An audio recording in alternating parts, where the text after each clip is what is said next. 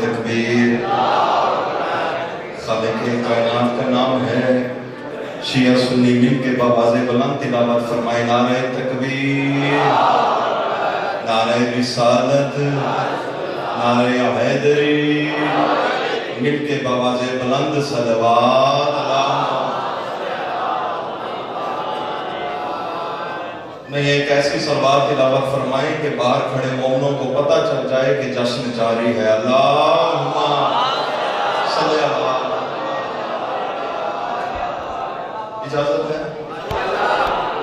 جشن اسی طریقے سے منایا جاتا ہے جیسے آپ منا رہے ہیں۔ پہلا جملہ اپنی نوکری اور عبادت کا، خدا نہ خواستہ اگر گھر میں میت بھی پڑی ہو تب بھی معصومین کے جشن میں ہنسنا واجب ہے۔ اس طریقے سے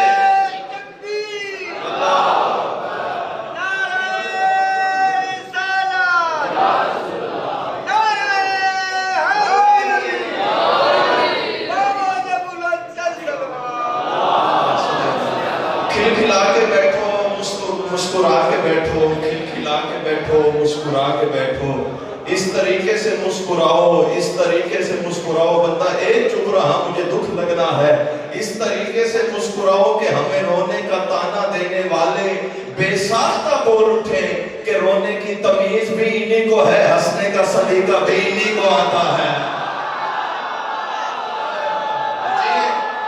مل کے بولے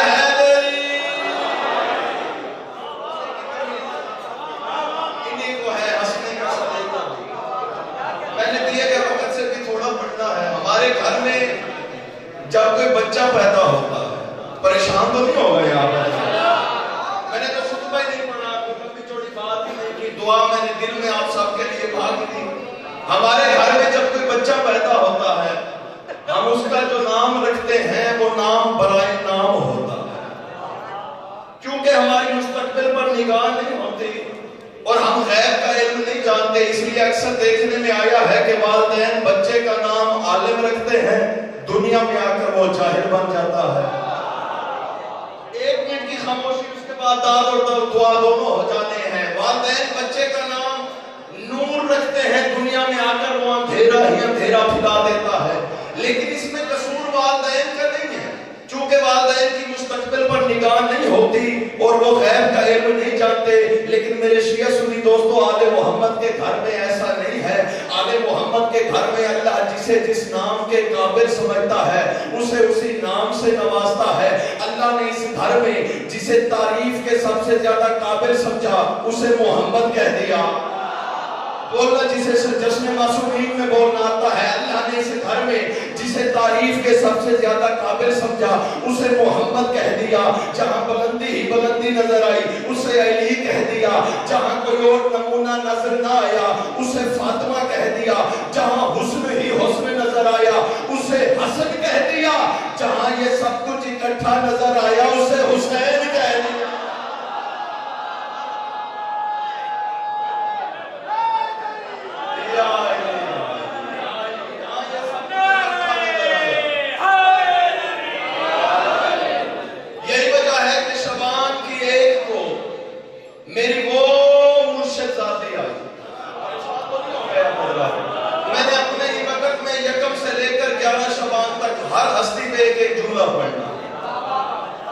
میری وہ مرشد ذاتی آئی جو ہے مستور لیکن ہے باپ کی زینت،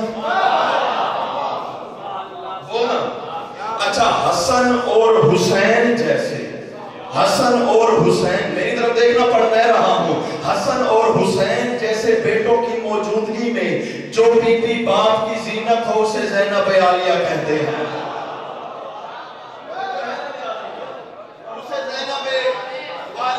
یہی وجہ ہے کہ دربار یزید میں جب بی بی کو جلا آیا، بی بی نے فرمایا اما فضا آگے سے ہٹ جا، آج میں باپ کے لہجے میں اسے بتاؤں گی کہ ہم کون ہیں۔ دیکھیں کہ میری طرف اپنے وقت سے پہلے نہیں پہنچو۔ اچھا بی بی نے وہاں پہ طویل و عریض ایک خطبہ دیا، خطبے کے بعد اس دربار میں سفیر روم ہے، تھک تو نہیں گیا حضرات؟ ایک سفیر روم بھیا بیٹھا تھا، اس نے کہا تھا یزید تجھ پہ اللہ کی لعنت ہو، تم نے تو کہا تھا کہ میں نے باغی مارا ہے، اس بی بی کے خطبے نے بتایا ہے یہ تو اشرف ترین گھرانہ ہے، یہ تو اشرف ترین گھرانہ ہے، یہ تو اشرف ترین گھرانہ ہے۔ یزید سفیر روم کو دیکھ کے کہتا ہے یار تو میرا دوست بھی ہے، غیر مسلم بھی ہے، بھلا تو ان کی حمایت کیوں کرے گا، تو ان کی حمایت کیوں کرے گا؟ اس وقت بی بی زینب عالیہ باپ کے لہجے میں سید سجاد کی طرف دیکھ کے فرماتی ہے بیٹا سجاد سفیر روم ہماری حمایت کیوں نہ کرے، اس کی ماں نے خیانت جو نہیں کی۔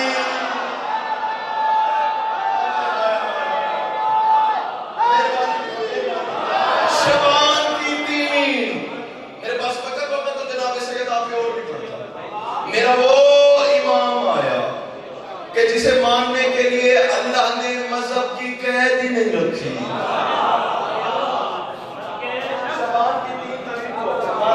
میرے بعد مولا کے بہترین مداح میرے بعد کل احترام آغا صاحب بھی تشریف فرما، حماد رضا بھائی اظہر بھی تشریف فرما، قبلہ حسن صادق صاحب کے شاگرد بھی تشریف فرما۔ شبان کی دین کو عرب کی عورتیں کہتی ہیں ہم سیدہ کے گھر میں گئی، سیدہ کو حسین کی آمد کی مبارک دے۔ ہم نے دیکھا، جملہ میں نے آہستہ سے پڑھنا ہے، آپ نے بلند ہو کے سماعت کرنا ہے، ہم نے دیکھا، عورتیں کہہ رہے ہیں ہم نے دیکھا سیدہ گھر کے کاموں میں مصروف ہے لیکن حسین کا جھولا خود بخود ہل رہا ہے۔ نہ تھوڑے بندے بولے ہیں یار خاموشی نہیں، حسین کا جھولا خود بخود ہل رہا ہے۔ عورتیں کہتی ہیں ہم نے سیدہ کی خدمت میں ہاتھوں کو جوڑا، ہم نے پوچھا بی بی آپ تو گھر کے کاموں میں مصروف ہیں، یہ حسین کا جھولا کون جھلا رہا ہے؟ سیدہ کے چہرے پہ مسکراہٹ آئی، مسکرا کے فرماتی ہے جب میں گھر کے کاموں میں مصروف ہوتی ہوں کبھی جبرائیل حسین کا جھولا جھلاتا ہے، کبھی اسرائیل حسین کا جھولا جھلاتا ہے، کبھی جبرائیل حسین کا جھولا جھلاتا ہے، کبھی میکائیل حسین کا جھولا جھلاتا ہے۔ ہاتھ جوڑ کے جو غازی کے مرید بیٹھے ہیں، جس کا جھولا لاتعداد فرشتے جھلائے اسے حسین کہتے ہیں، جس کا جھولا حسین جھلائے اسے عباس کہتے ہیں۔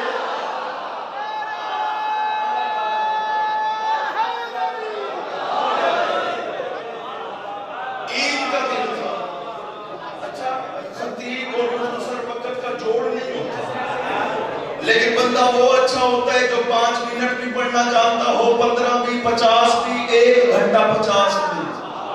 انشاءاللہ اس سال بھی محرم الحرام میں بخاری منزل میں آپ کی زیارت کروں گا۔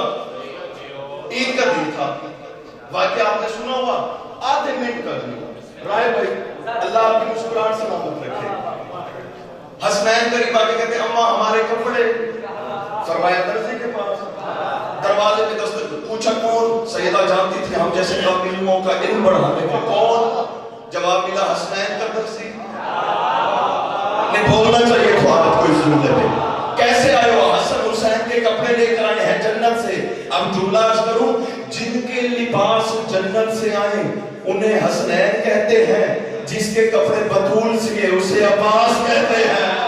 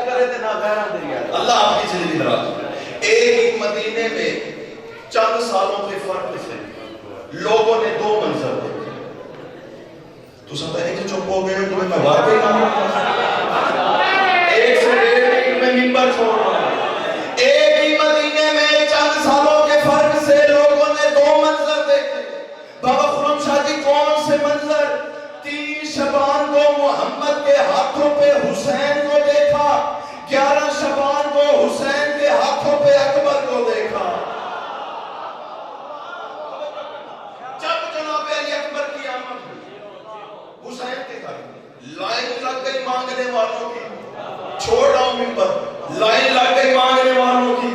لوگ مانگتے جا رہے ہیں, حسین دیتے جا رہے ہیں. لوگ مانگتے جا رہے ہیں, حسین دیتے جا رہے ہیں. مجھے نہیں پتا میسی کے مومن کس طریقے سے سماعت کریں گے. لوگ مانگتے جا رہے ہیں, حسین دیتے جا رہے ہیں. شام کو حسین کی بہن زینب عالیہ حسین کے قریب آئی. بھیا سنا ہے علی اکبر کی آمد پہ بڑا خوش ہے. ہاں زینب, اکبر جو آیا ہے خوشی حق بنتا ہے. بی بی دیکھ کے مسکرا کے فرماتی ہے بھیا سنا ہے دنیا کو بہت کچھ دیا ہے. ہاں زینب, اکبر کا صدقہ دینا تو بنتا تھا. زینب عالیہ قریب آ کے مسکرا کے فرماتی ہے حسین اب سب سے آخر میں تیری بہن زینب آئی ہے. زینب بھی تجھ سے کچھ مانگنا چاہتی ہے. مجھے کیا ملے گا, مجھے کیا ملے گا. ایک مرتبہ مظلوم کربلا نے پوری کائنات میں نظر کو دوڑا کے دیکھا. نظر دوڑانے کے بعد علی اکبر کے جھولے کی طرف بڑھے. جھولے سے علی اکبر کو اٹھایا, زینب عالیہ کے ہاتھوں پہ رکھا. مسکرا کے فرماتے ہیں سن بہن, دنیا کو ہر چیز مانگنے پہ دی ہے, تجھے بغیر مانگے میں اپنا اکبر دے رہا ہوں.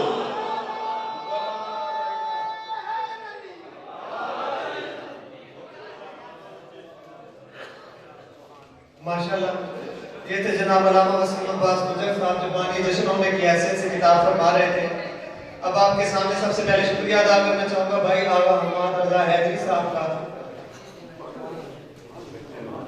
کہ جو تشریف فرما ہوئے اور